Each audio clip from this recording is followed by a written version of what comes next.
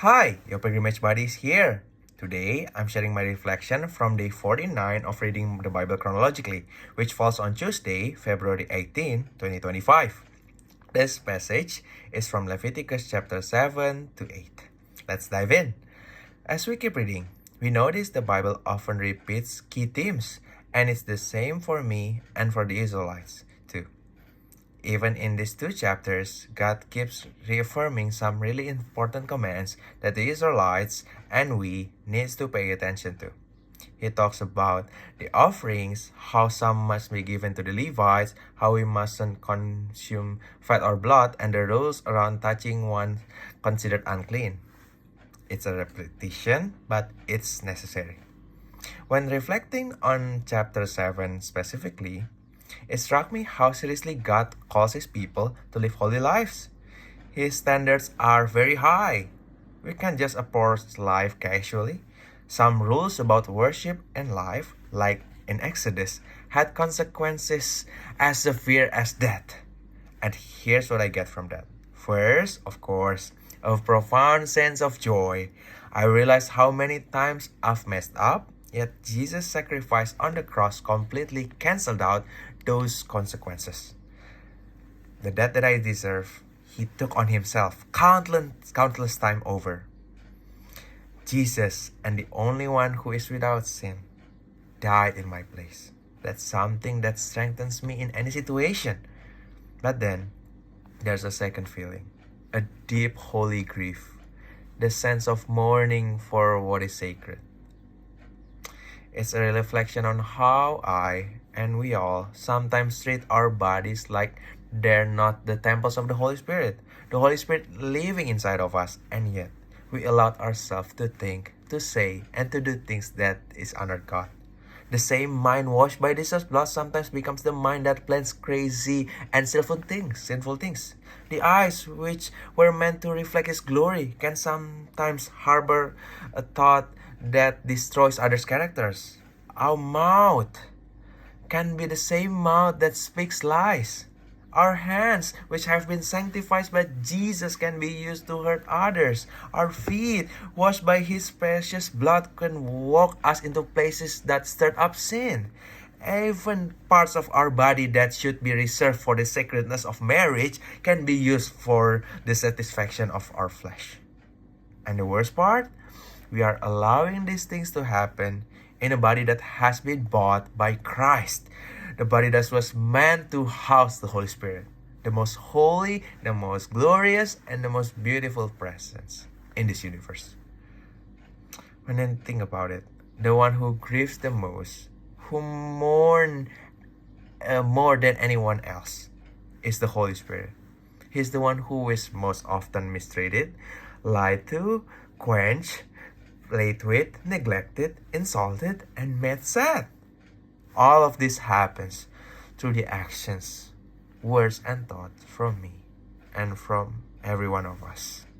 We need to remember we can't keep exchanging what is holy, the very Spirit of God Himself, for what is unclean. Doing so, we only hurt ourselves.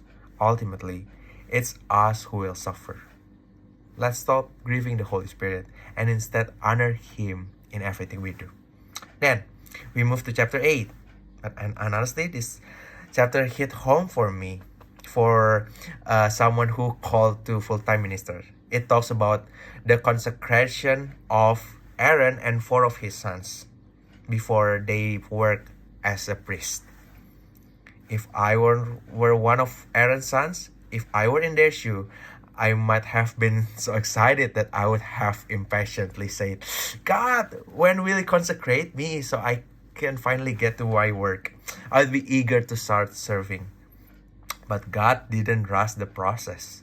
Before they could step into their calling, He needed them to witness everything, every detail of how the tabernacle should be built, how worship should happen, how everything was to be arranged. They couldn't just start working. They had to witness, understand, and internalize every part of it first. From hearing the explanation from Exodus 29 to 40, Numbers 7 to 9, and Leviticus 1 to 7. Waiting and learning for about 21 verses before they work for God. That's where I realized something important. In ministry, it's not just about jumping straight into service. It's about paying attention to everything. It's not just about task. It's about the whole picture. From the way the church is built and organized to how the people are meant to worship to how we as individuals live out our calling. Every detail is significant. God cares about it all, and so should I. In this chapter, Moses sets the example. He humbles himself to serve Aaron and his sons, even though he's the one called to lead. His action reminds me of Jesus, who washed the feet of his disciples, the one who should be served, humbling himself to serve. That's the kind of the leader I want to follow, humble and ready to serve. Finally, the most striking part is in verse 35. Aaron and his son had to remain in the tabernacle for 7 days and 7 nights. They couldn't just go off and do whatever they wanted. They had to stay there, putting everything they learned into practice. This is the first internship or probation period in the Bible. God wasn't going to allow them to become priests without testing them. He does the same with us. Before He moves us to the next phase of our lives or ministry, He will test our faithfulness. I see now, after being anointed, there's still a period of testing. That's normal for every Christian. God tests us because for bringing us to deeper responsibility. When we pass, we are entrusted with more.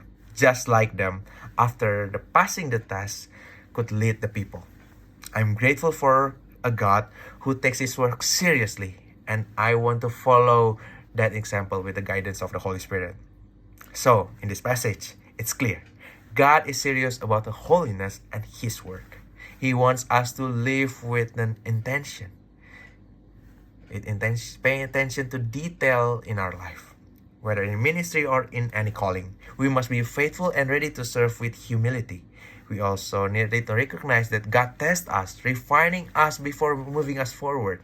Let's commit to live out what He has shown us, honoring Him with all of our action, words, and thoughts as we move to the holiness. That's all that I can say for today. God bless.